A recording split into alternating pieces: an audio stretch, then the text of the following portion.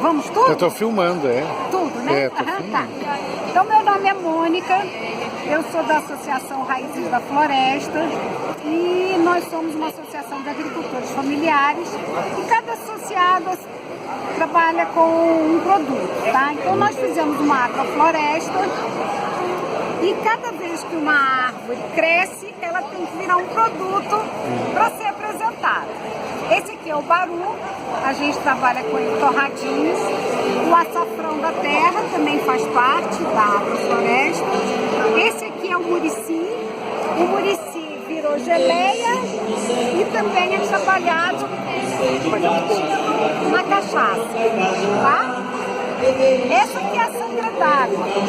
A sangra d'água, a gente trabalhou o sabonete e o creme. Tá? Ela é uma planta da mata ciliar e é planta do mundo que sangra. Ela é da família da seringueira e o látex dela é vermelho. Com 3 segundos, ele coagula todo o sangue dele. Ela é cicatrizante, serve para tratamento coadjuvante da psoríase, tá? De problemas de pele, e serve para dar uma textura melhor na pele. Essa aqui é a azeduária, ela não é do cerrado, mas é uma raiz também que entrou como exótica no nosso reflorestamento. Esse aqui é a lobeira, tá? Serve para gastrite, para diabetes, muito poderoso. Esse aqui é a goiaba, maracujá, barba de mão e aroeira. Essa aqui é a canela de velho, ucurana e sucupira. Esse aqui é o jatobá.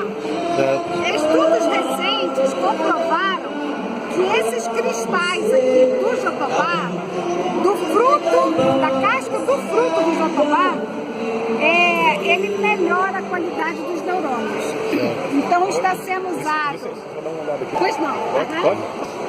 Ele está sendo usado como para melhorar a memória, né, a capacidade de raciocínio e em alguns casos retroceder Alzheimer. Qual é o seu nome? Meu nome é Mônica. Mônica, não tem problema se eu postar no YouTube, né? De jeito nenhum. É que eu vou mostrar para meus colegas, né? Muito bem, eu gostei dessa apresentação, muito bem, bem didática, tá? Obrigado. Muito obrigado, mano.